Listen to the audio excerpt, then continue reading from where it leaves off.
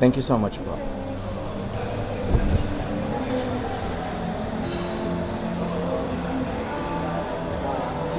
Oh. Di ba nila alam yung pick-up time? Di ba nila alam yung pick-up time? Dito rin po. Oh, okay. Unfair naman kasi maaga kaming nagising, on time kami pinick up, and then we're waiting for like 30 minutes now. Ingat lang po.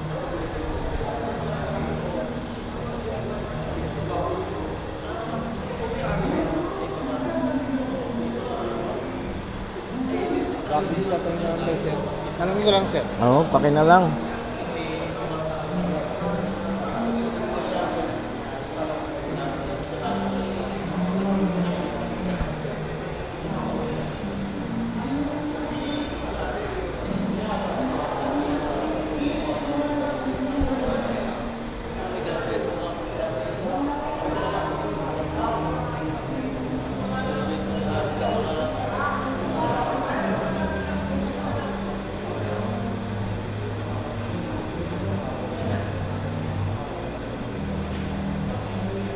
Isa, sir.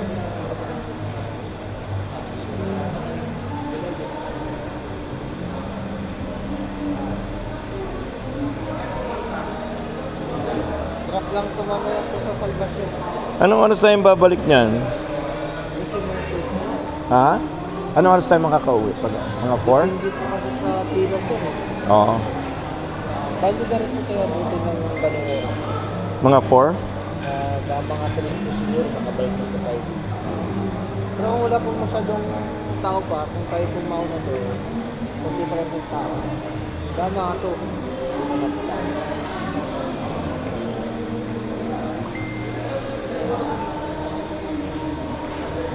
May appointment pa kayo dito, sir? Ha? May ingabot pa kayong oras? Meron kasi akong appointment doon sa bahay. Dahil ano, sabi ko mga 3 o'clock nandun na tayo. Hindi ako lang po yung night. Oo. Oh, kakausap nga si ano.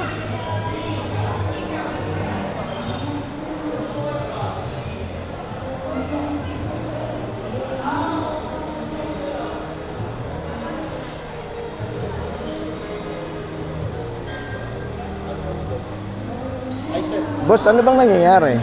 Ito na rin, sir, kasi nag-ano sila ng gamit nila, sir. Kaya nga, unfair naman sa amin. Eh. Maaga kami nagising, alas 5, kasi pick up 7. Tapos sila, alam ba nila yung pick up time?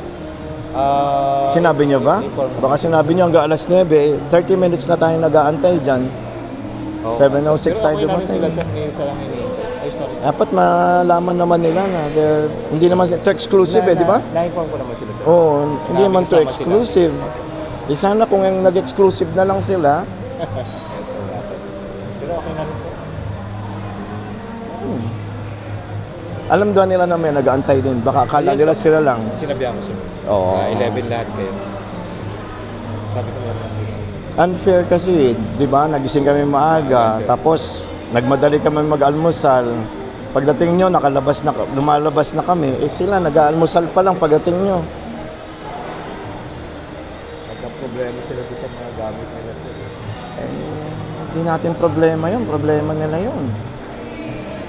Ito nga ang problema, sir, minsan sa iba-ibang grupo. Unfair doon sa first pick-up. Oo.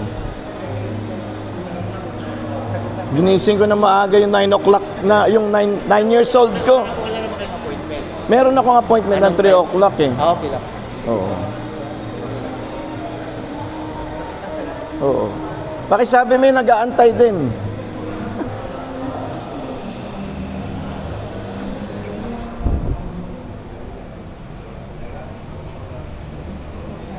Ginising ko ng 5 o'clock yung 9 years old kong anak para sa 7 o'clock pick-up. And then, yung mga taong inaantay namin, nag-aalmusal pa lang. Parang unfair naman ata yun. Hindi ba nila? Pagpunta, okay na sila. Saan? Siguro sinabihan ng, saan ba yung sasakyan niyo, sir? Hindi, nandun. Hindi, it's not your fault. Yung, nasabi ko lang. At ako'y, oo. Ano oras ba matapos yun?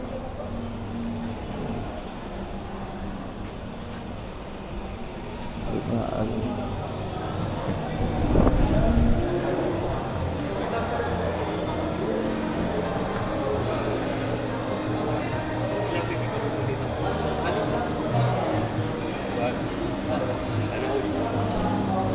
Matagal pa ba, Glenn? Kiniklearing daw po yung room. Ha? Kiniklearing lang daw po yung room. Without them siya kami. Oo. Sabi mo, okay na po, nakakasap na lang. Sinabi ko naman sa kanya na may 3 o'clock. Kaya lang, wala naman din ako magagawa kundi magsabi lang. Biro mo yung bata, ginising ko alas 5 ng madaling araw Para lang po para maging on time kami. Oo.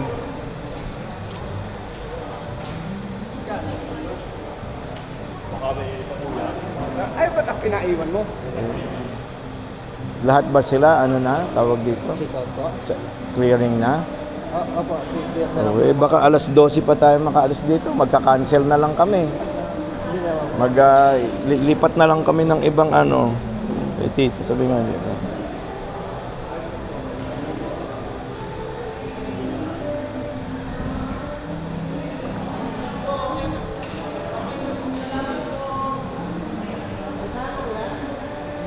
Ay, sir, okay na po.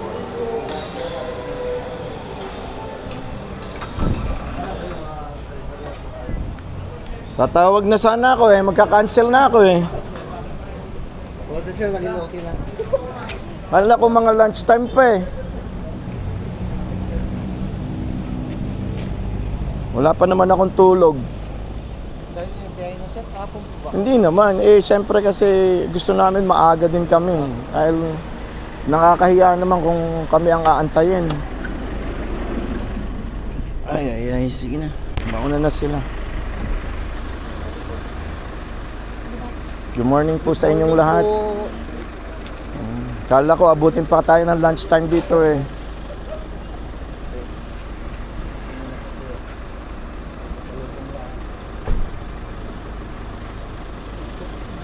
Muntik na ako mag-cancel ah. Ay. Oh, thank you.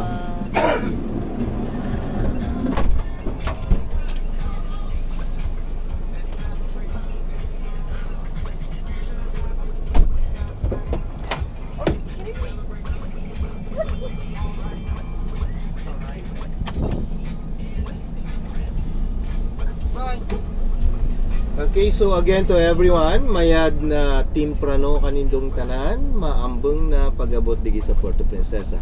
So in English, it means good morning to everyone, and we're very happy that you've been here in the city of Puerto Princesa. By the way, that's our local tongue in Palawan, so we call Cuyunon. Cuyunon. So first of all, I'd like to introduce myself. My name is Sunny Madargos. So I'm your tour guide, so this is my ID.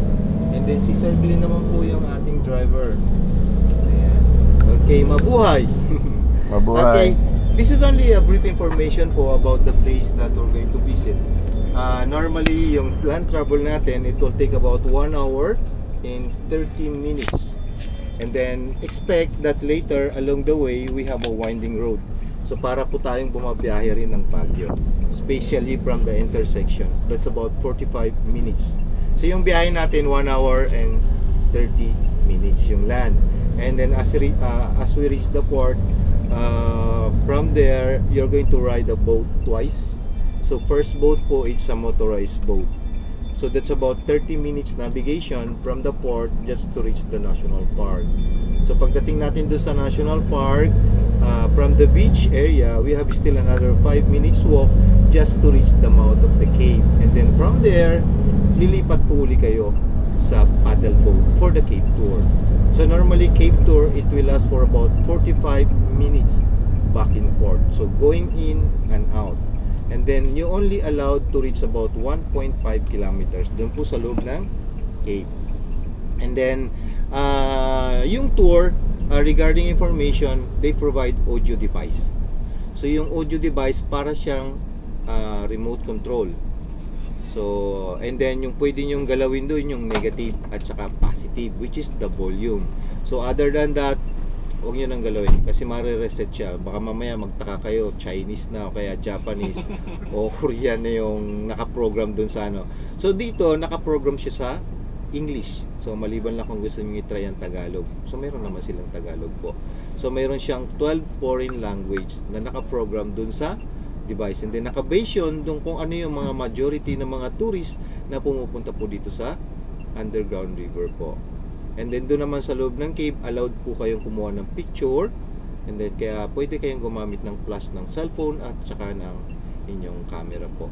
And then later doon sa motorized boat po pala, mandatory yung pagsuot ng life Vest. jacket. So even you know how to swim, this is a mandatory po. Sa requirement siya. And then doon naman sa loob ng cave, provided kayo ng helmet o kaya ng hard hat. Kasi may mga nahuhulog dun sa loob ng cave. So, dalawang klase lang naman yan. May tinatawag tayong holy water at saka yung holy shit. So yung holy shit, yan yung medyo mainit-init. So expect nyo na yan. Kasi nga, we have a lot of insect bats dun sa loob ng cave. Yung mga malilit na paniki. Kaya dun sa loob ng cave, walang mosquito. Kasi nga, yun ang kinakain nila. And then yung water, this is a brackish water. So may halo siyang salt water. Kaya hindi rin makasurvive yung mosquito po. Pero yung 5 minutes walk from the beach papunta dun sa mountain, yung may mga encounter po tayo. And then reminder lang po, dun sa 5 minutes walk natin, may mga wild animals tayong ma-encounter. So number 1 dyan yung long-tailed macaque. So ito yung tinatawag namin mga perfect snatcher, yung mga monkey o chongo po. Kaya doon, mamaya, reminder po, bawal tayo magdala ng plastic na ano ng water. So iiwan nyo yan. Yes ma'am. Yan, even that one. So iwan nyo yung mga ano, yung food sa van. Pero kung hindi talaga kaya, pwede nyo naman ilagay sa bag. Pero yung water, tumbler lang po yung allowed nila. So yung plastic, papayo talaga yun. So dahil okay lang yun ma'am. Kaso transparent nga lang siya ma'am. So You can ingat na leave lang that kayo, on the i-cover bag. nyo na lang ng life Tumbler jacket. Kasi nga transparent siya ma'am. So yung mga monkey, they're very attractive dun sa mga colorful belongings po. Yung ganyan pwede, yung tumbler. Yeah, ito naman sir, okay lang din. Although ano rin siya, pero okay lang yan siya sir. Oo. So, nanggagrab kasi yung plastic, especially yung mga Gatorade, Coca-Cola, Sito, alam nila yan, it's drinking water. Even yung plain water, ginagrab nila.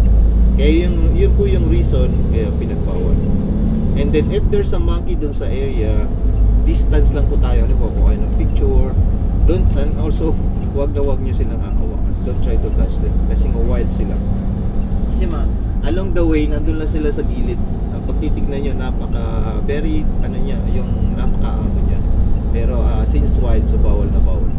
And then yung feeding, so not allowed dun sa area. So one of the main reason, kasi nga before, yung mga guests natin, yung mga turista, so pag nakikita itong mga monkey, so natutuwa po sila. Then pinifeed nila. And then yung food galing sa plastic. Since hindi naman siya part ng diet ng mga wild animals sa area, nagkakasakit po sila. So, and then nagiging dependent sila. Baga umaasa na lang sila dun sa turista. Hindi na sila humahanap ng food sa wild. So, just to avoid that, so pinagbawal lang feeding. So, kaya ngayon, ang instance po nila, pag may dalang mga plastic, may pagkain. Opo. Yan. So, yun yung pinaka main reason po. And then, may mga time na wala naman sila doon. So, beside dun sa monkey, meron din tayong mga monitor lizard. Ito yung tinatawag nating bayawang. Hindi naman sila, harmless naman sila. Okay. Siguro. Ngayon po, medyo mga mas maliliit na yung mga bayawak. Unlike before, mga 1 meter, 2 meters po yung haba. Yeah. Before pandemic, sir. So ngayon, mga new generation na.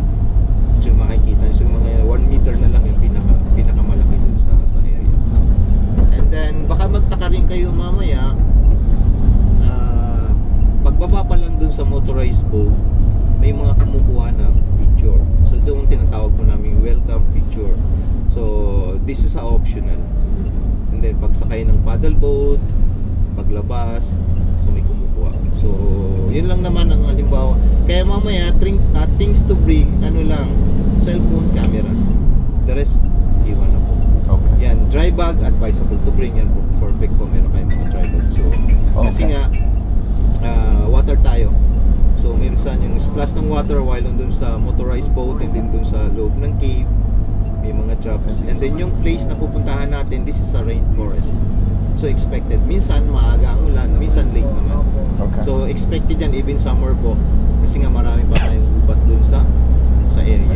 Okay. And then if ever na mangyari po yan, may mga nagbebenta naman ng mga disposable raincoat doon sa park. I mean dito sa port po. Doon sa park meron din, pero minsan limited. Sana hindi tayo ulanin sa area po. Yeah. Okay. And then mayroon tayong queue. So tatlo yung queue natin ha. So yung first queue natin, yun yung pag-present ng mga ID ninyo, kaya pinicturean ko po. And then second queue yung pagsakay naman sa motorized boat. And then yung third queue, yun yung pagsakay dun sa paddle boat po. So yun yung mga hintayin natin. Doon naman sa park, habang naghihintay, kasi nagbibigayan sila ng may number tayo. So doon tayo nakadepende kung panghilan tayo dun sa pila. So while waiting, yun yung time para makapag-pictorial kayo dun sa park. So your picture taking. May mga waiting shed naman tayo dun sa area. And then even dun sa port, mayroon din. Kung may mga naninigarilyo dito sa group natin, mayroon tayong smoking area dun sa port. Normally, malapit sa may parking area. And then sa park naman, yung mga bawal po doon, number one yung smoking. Totally bawal talaga. Even beef, bawal po yan. Swimming is also not allowed dun sa National Park. So one of the main reason, kasi yung park, doon po nangingitlog yung ating mga sea turtles o yung mga pawikan. Nesting area nila yun. So may mga time na ma-encounter po ninyo while along the boat, doon sa boat po, along the way. So yan, makikita natin yung mga pawikan. Yan, sana makakita kayo ng pero madalas yan pag summer, marami talaga. Kaya doon sa area, dati kasi that was mga yung hindi pa po napapasama sa underground river, I mean sa UNESCO, yung ating underground river. So pinapayagan nila na maligo doon sa area. Ngayon, bawal na po. Yan. So yung recognition ng park natin, tatlo. First po, naging UNESCO World Heritage Site po siya. So that was 1999. So sa Palawan, dalawa yung UNESCO natin. At saka makikita nyo dun sa nakalagay po dun sa pera natin. Dun sa 1,000 pesos, dun nakalagay ang Tubata Hari. This is a UNESCO World Heritage Site involving more on ang activity ron, diving. Kaya pag mahilig kayo sa diving, world class po yun. Siya yung pinaka comparison natin sa Great Barrier ng Australia. Yan naman ang nakalagay sa 1,000 pesos sa likod. Makikita niyo yan, Tubata Hari. Sa 500 pesos nakalagay naman yung underground river.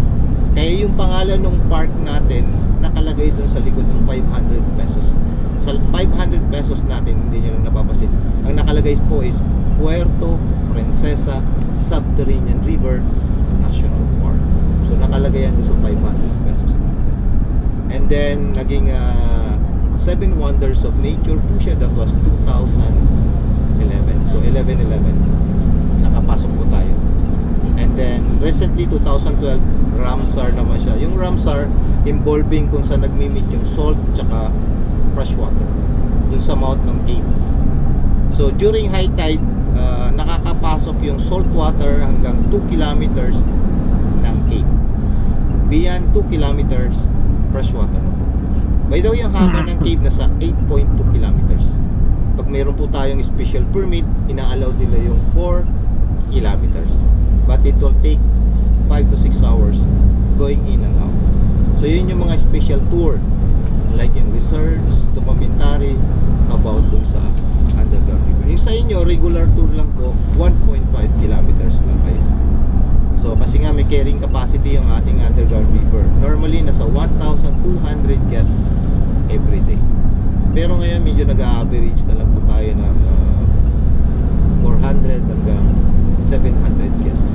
Medyo marami pa rin.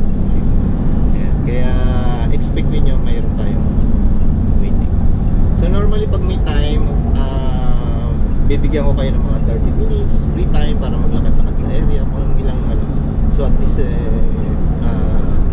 hindi kayo maiinis sa paghihintay. Yun lang naman ang medyo may problema po. Ayan. So kunting info lang po about the province of Palawan. So kung dun sa mga first timer, normally ang Palawan, we're part of Region 4, Mimaropa, Region 4B. So Mindoro, Marinduque, Romblon, And then ang Palawan, this is the biggest province in the Philippines. So we have 81 province in the Philippines. So pero ang Palawan ang pinakamalaki na land area. So we have about more than 1.2 million hectares. So mas malaki pa yung land area natin sa Singapore. And then ang Palawan, majority rito is Catholic and Christian. So may mga kapatid po tayong mga Muslim, pero nasa mga 5% lang sila sa dulo sa south. So tayo, we're going to the northwest. Ito yung West Philippine Sea. Kaya may, later po along the way, may tatlong bay kayong makikita. Ito yung Honda Bay, which is located sa northeast, part siya ng Sulu Sea. And then, i-cross natin yung pinaka-narrowest part ng Palawan, 8 kilometers from the east papunta ng west. That's the narrowest part ng Palawan, 8 kilometers. Pero yung widest natin, this is about a 40 kilometers width yung lapad. Makikita siya sa south part. Pero hindi nyo nakasakabila. Dito tayo muna, north muna tayo. Ayan. And then, pagtawid po natin sa west part, nandito yung bay